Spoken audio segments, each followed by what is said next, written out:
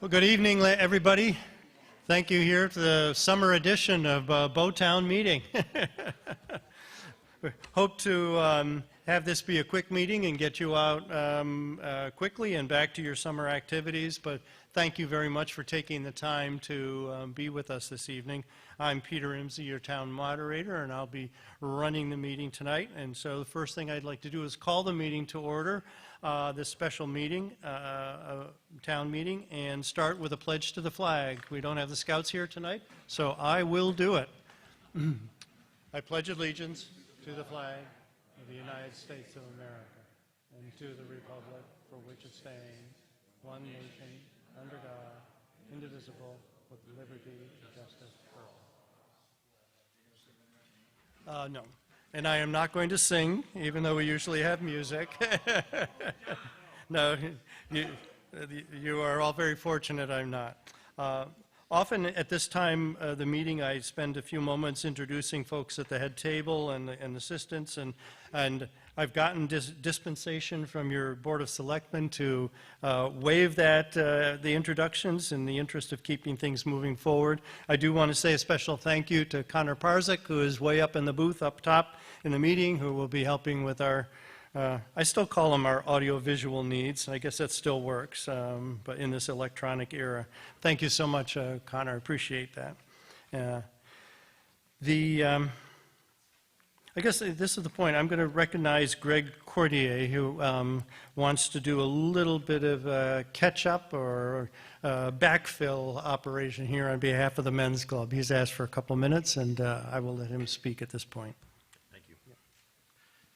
Hello. For those that were at the April meeting when we presented the Citizen of the Year award, you're not having deja vu. We're going to do it again. We had a hard time getting the award that we actually hand out, so we have it now, and we would like to request a redo. So with no further ado, this year's Citizen of the Year was chosen for his devotion to the history of Bow.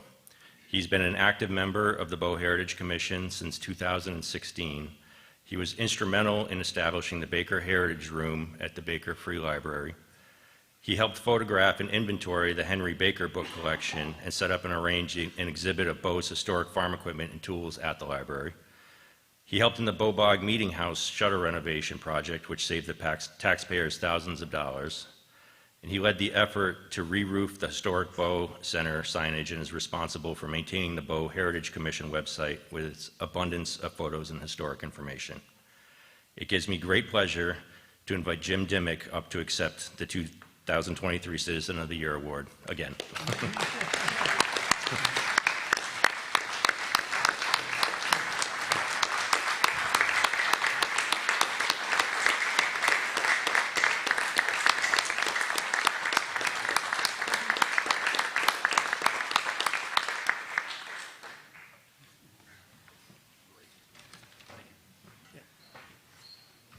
Thank you very much, folks, and thank you, Jim.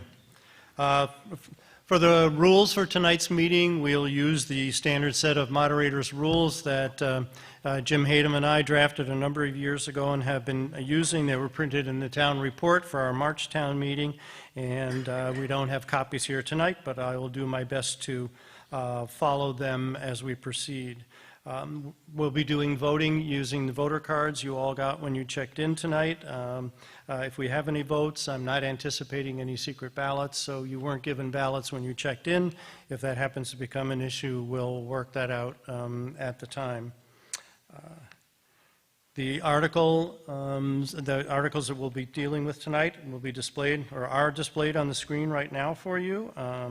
So it'd make it easy for people who didn't bring their own copies to see the text of what we're talking about. A reminder that under the current version of the Right to Know law, the clerk is responsible for recording the names of the folks who make motions and the seconds. So if you have either of those roles tonight, make sure you say it loud enough and catch the clerk's eye so that she knows who it is, or shut out your name if we need to hear from you. I often have a quote. I'm going to kick that out at this point in time, but I think with every one of our meetings and every one of our elections, I think it is really appropriate for us to all just pause and be thankful that we can meet like this in a free and democratic manner. We can listen to one another. We can vote. We can make major decisions about our town without threats of violence that so many citizens in countries around the world face. It is truly wonderful to be here in the United States and to be here in the town of Bow. With that thought, I will move right into reading the introduction to our meeting tonight. It's a 2023 special town meeting warrant for the town of Bow, New Hampshire. To the inhabitants of the town of Bow and the county of Merrimack and the state qualified to vote in town affairs, you're notified to meet at Bow High School Auditorium on Wednesday, August 16th, 2023 at 6 p.m. to act upon the following warrant articles. And as is my practice, I tend not to bore you by reading what you can see right in front of you or what you have in your hand, so I won't read the articles, but I will ask if there is a motion to adopt Article 1 at this point in time. Well, okay, Ron Jobell. And a second, please? Ray Johnson. Okay. I should have asked this question of the selectmen before we started. These two articles seem to be very intertwined. Does it make sense to deal with them both at the same time, or are there separate discussions for both articles? Unless there are any amendments to them, Peter, I don't see why not. Yeah. Right. But they each stand independently, right? Yes. The second one relies on the first? Yep. All right, then let's do them one at a time, because one thing I've learned, every time I try to do something cute to save time, it ends up blowing up in my face. So let's stick. We'll deal with Article 1. So Article 1 has been moved and seconded, and it's my understanding that Board Chair Mike Wayne will introduce the article to us. So a little background, Whoops. the legislature and Governor Sununu passed into law House Bill 1667, which expanded the veterans credit. Can everybody hear? I was just going to say, yeah. I know. One of the first rules of moderating is you're not supposed to give up the mic, but oh well. Yeah, there's only one mic down here. I don't know, Connor, if there's any ability for you to give us a second mic quickly, that's fine. Otherwise, Mike, I'll let you use this one and Thank do your you, Peter. presentation. So the New Hampshire legislature and Governor Sununu passed a bill, or signed a bill, House Bill 1667, which expands the veterans credit to active duty personnel. There was a technical release sent October 24th, 2022, and unfortunately our assessing company missed it. It was supposed to be on the warrant for the last town, at the last town meeting, and it wasn't because we were unaware. So that's the background associated with having this meeting. If we do not pass this, nobody will get the veterans credit.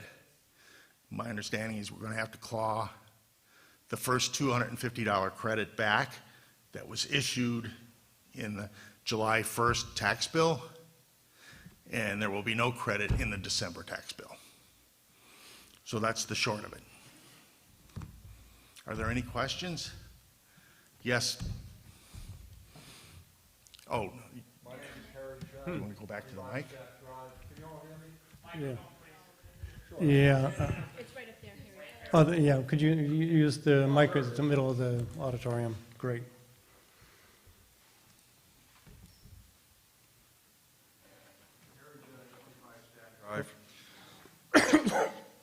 It's not on? Sure it There is. you go. Now it is. Sure it is.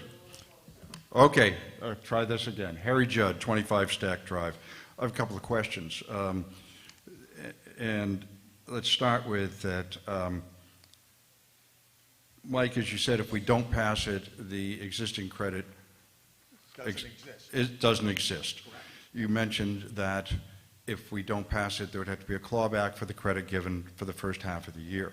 If we do pass it, does this credit need to be extended to the additional parties that are eligible for this? Do we know? I would say yes. David? They would have to apply. Yeah, they would have to apply. But if they apply, For those who didn't hear, the answer was Yes, it could extend to individuals who didn't apply yet, but they have to apply.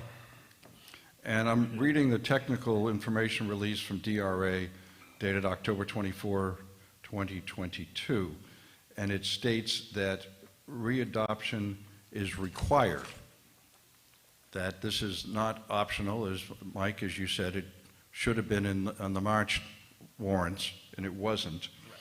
So that's why we're here tonight, because it was missed. But this is obligatory, so it's either an up or down. We can't amend it. Is that correct? That is correct. So we do not have the ability to amend to the existing standard that we have. We have to adopt this revision to the law. Am I correct? And can you tell us and tell the room what currently we are providing in the credits?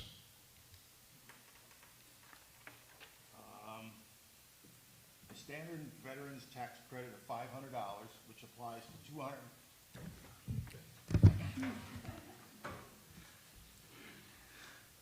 The standard veterans tax credit of $500, which 283 people qualify, and this is from the FY22 town report, totals $141,500. And all veterans credits? All veterans credits would be $248,000. Because I'm reading 1 and 2 combined, when we get to 2, and Peter, I'm trying not to raise the questions later, would be that total amount are going to be not only remain in effect, but may be expanded. Is that correct, your understanding? Yes. And do we have any appreciation for how many additional individuals would be eligible and may apply? We don't know that until they apply, Harry. Thank you. I expected the answer to be. Okay. Yeah, My but crystal ball fogged up years ago, so I can't answer the question. that's fine, but I just want to make sure folks understand that there's likely to be an increase in the amount of credits, which is obviously then a tax shift to everyone else, and we don't at this time know how much that will be. We do not. Great. Thank you. Those are my You're only welcome. questions. Thank you. We have another voter who wishes to speak. Yes. Please remember to identify yourself for the record. Mary Beth Walls, also 25 Stack Drive. I just wanted to come back to something that Mike said at the beginning. He said this applies to active duty veterans. It does, but the lawyer that I am couldn't help but look up the definition there of what a veteran is that's cited in the statute. So I pulled up the definition here, and the short answer is it's basically anybody who served. So anybody who's ever served in any branch of the military for more than 90 days will now be eligible for this credit. I wouldn't be surprised to find out we have at least 1,000 veterans in town. And so we're talking about really a major expansion as to who's eligible for this credit. And one of the things that happened to me in my life is when I was in the legislature, I chaired a committee called Local and Regulated Revenues. And I had jurisdiction over tax credits, and we had any tax credit had to go through my committee. So I came to a good understanding of tax credits. And a tax credit is a tax shift. So for every dollar that we give in credit, it raises our taxes by a proportionate amount. So let's say this town has to raise $10 million, just for a round number. We give $500,000 in credits. It means the remaining $9,500,000 has to be divided equally among everybody else. So it raises our tax rate. Maybe, what are we at now, 28 cents per mil? It might go up to 29 or 30 cents per mil for the cost of this credit. We don't know, because we don't know how many veterans are in town, and we don't know how many are going to apply for this. So we're talking about a major tax shift in this town, but we really don't have any information as to what we're doing and what it's going to cost us. And I'm quite surprised to have this come to us with no information as to what's really going on with this. I mean, I've asked tonight, and nobody has any idea or has tried to find out how many veterans are in town and might actually apply for this. And I'm also reading this. I have a question, and maybe it's premature, but if we pass both of these, does that mean people get a $1,000 credit? Is that what this is? Is it an either or? I don't understand how this works between 1 and 2. $50 a tax bill. Pardon me? It's $250 a tax bill. Right, but per year, it's $500 per year. But it looks like it's 2 different credits in 1 and 2. And can you apply for both? Probably step on my tongue here, but. So I guess I'm not following your line of, Matt Poulin, by the way, I'm not following your line of thought here, Mary Beth. First of all, this was in place last year. So these credits that we have currently are in place. I can't imagine we're going to have another 1,000 veterans come forward and ask for this credit. The second part is a credit that I put forth maybe 2 years ago, and I believe you're wrong, that this credit was for people that were and I'm going to use the wrong term here, but were not in an active conflict, but served in the military, okay? That's what the second credit is for. It was people that gapped between 72 and 78 or somewhere around there. Don't quote me on the years. That credit right there, 13 people applied for. I talked to Jeff earlier today about this. This is already on our tax bill. We're not going to have an overwhelming flood of new people applying for this credit. So I'm not sure where your train of thought as far as this impacting all of us all at once this year. It's already there. Well, if I may explain, when you read it, it says a veteran as defined by RSA 2150. So I pulled up 2150, and 2150, let me open this, says a veteran is anybody who has been discharged or released from duty in the United States military with an honorable discharge. And it goes on for some other subtopics. But that's what the definition is in the RSA. So that's where I'm getting it from, is that says this is the definition in 2150, and 2150 says exactly what I just read to you. So that is all veterans. That's how I came to that conclusion.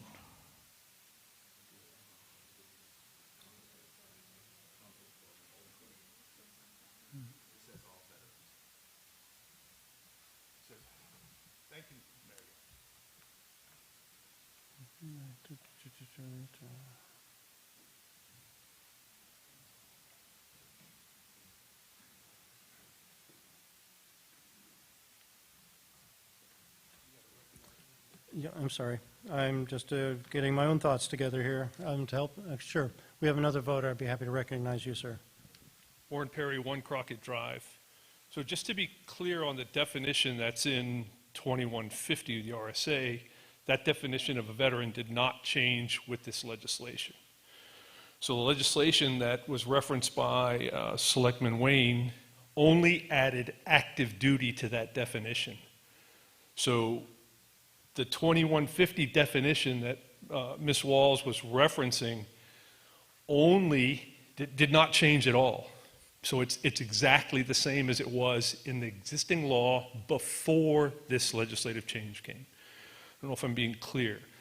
So the only thing it adds is the potential for actively serving veterans who did not have veteran status before, because they're not veterans until they leave the military. That's all it added. And I'm guessing that number in town, I'm guessing, don't quote me on the numbers, is less than 10. So.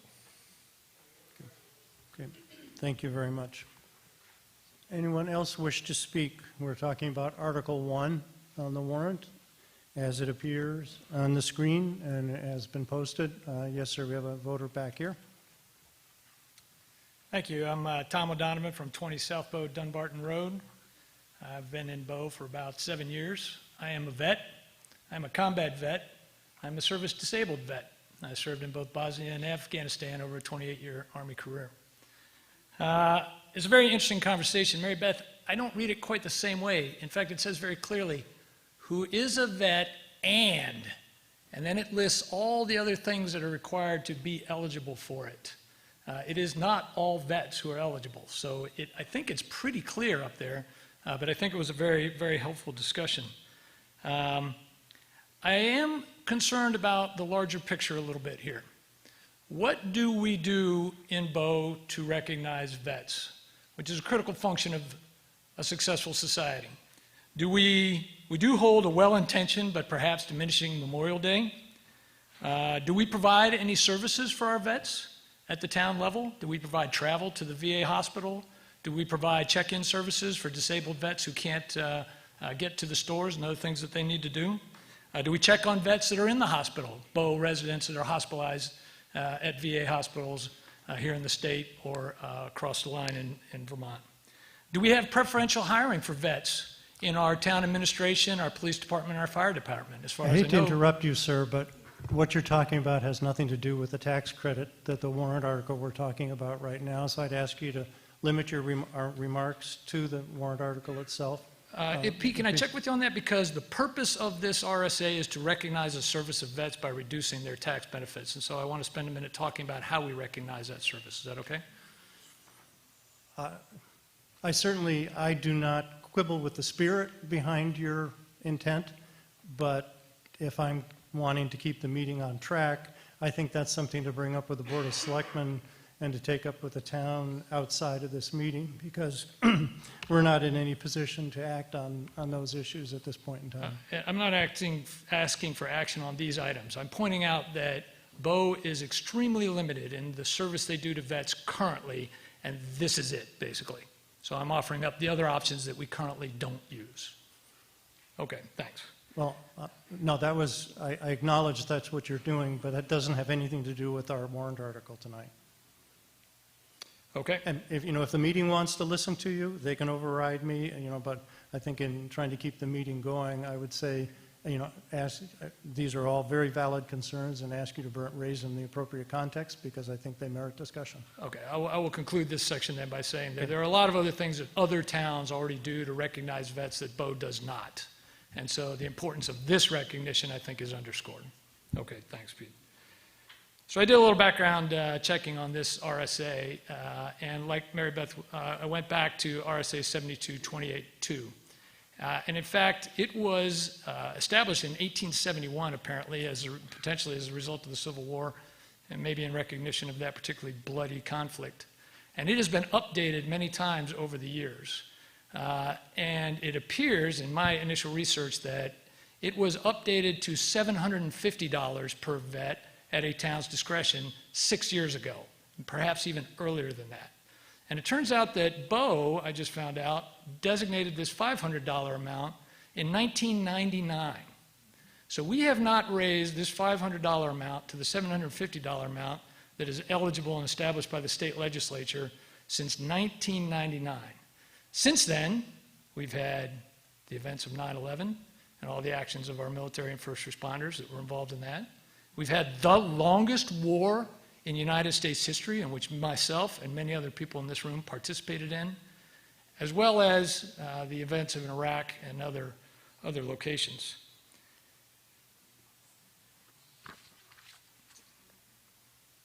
So the bottom line is, for RSA 72-28, Section 2, the town is authorized to raise this to $750. Now, I realize that there's an analytical piece to that. What would be the tax impacts?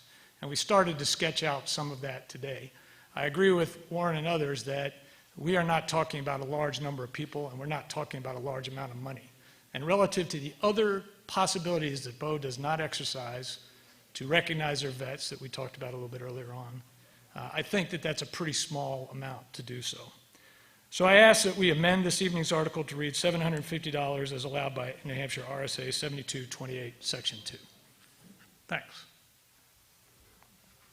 Thank you very much. And I'm taking the very last part of your comments to be a motion to amend Article 1 and to change the figure $500 in the second line to read $750. Am I correct on that? Yep, okay. Okay. And so that was the motion. Is there a second to that motion? Okay. And your name and address? Okay. Okay, we got that. All right, so the motion has been made and seconded to amend Article 1, again, to change the dollar amount appearing in the second line to read $750 instead of $500. So now I will take any discussion or conversation folks may have with respect to the motion to amend.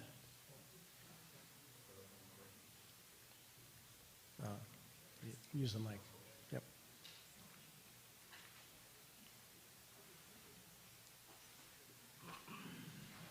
Harry Judd, again, just a clarifying question. Is the discretionary amount still in RSA 7228-2, or when it was, this statute was amended, did they not include, did the legislature not include an amount other than $500? I don't see that we have the statute in front of us. Anyone on the board have it with you?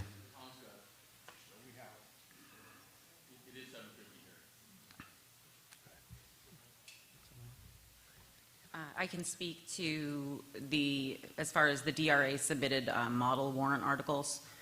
And within those model warrant articles, they indicate the amount between $51 and $750. Thank you.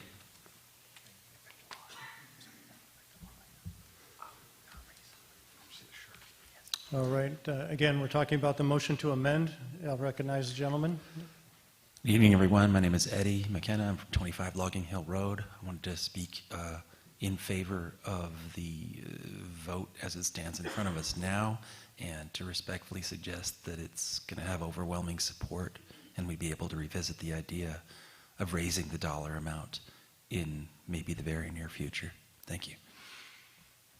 Thank you for your comments. Anyone else wish to speak on the motion to amend Article 1? If not, let's put the matter to a vote. So our first vote tonight, those in favor of amending Article 1 to revise the dollar amount in line 2 to read $750, please raise your voter cards.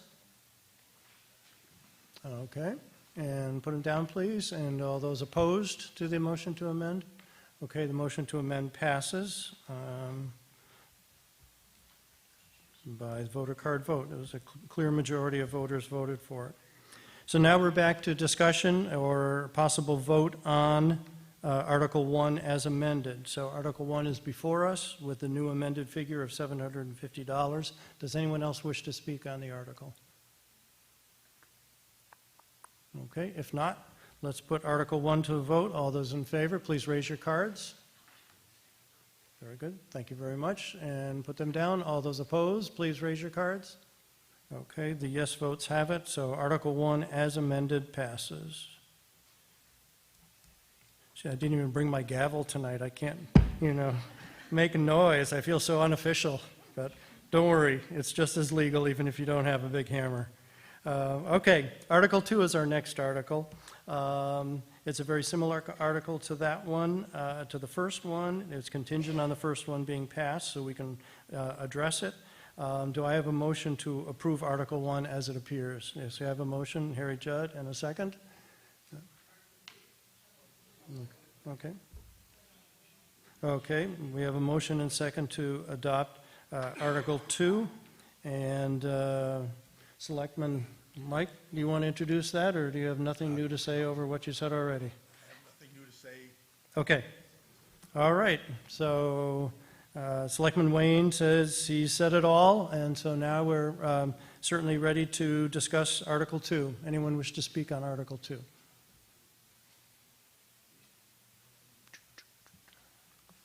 All right. Oh, okay.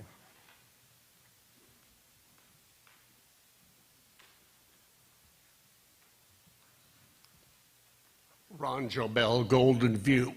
Article 2 needs to be amended to match 1 for the 750, not the 500. I was waiting for someone to come up with that, but I can't make the motions. Ron, are you offering that as a motion to amend Article 2 to read 750? Yes, sir. That's what I thought I heard you say. Okay. We have a motion to amend Article 2 to adopt the figure to amend the figure $500 that appears in the bottom third of the article to read 750 instead.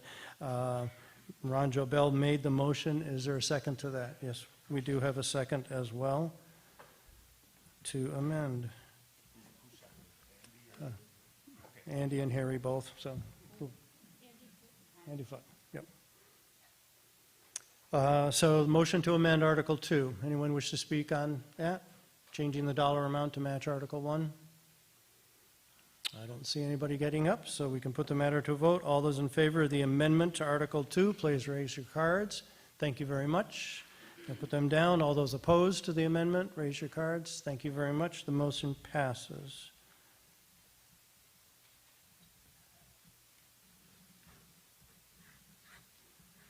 And now we proceed to Article 2 as amended. So we have Article 2 as it appears in front of you on the screen, but with the dollar amount changed to $750. Anyone wish to speak on Article 2 as amended? Now everybody's getting nicey nice. Okay, good. All right, let's put it to a vote then. All those in favor of Article 2 as amended, please raise your cards. Thank you very much. And all those opposed, please raise your cards. All right, the yes votes have it. The article passes. And there's nothing left on the warrant. Is there? I think we're ready to adjourn. Thank you all for coming. Thank you for participating tonight. And we'll see you next March.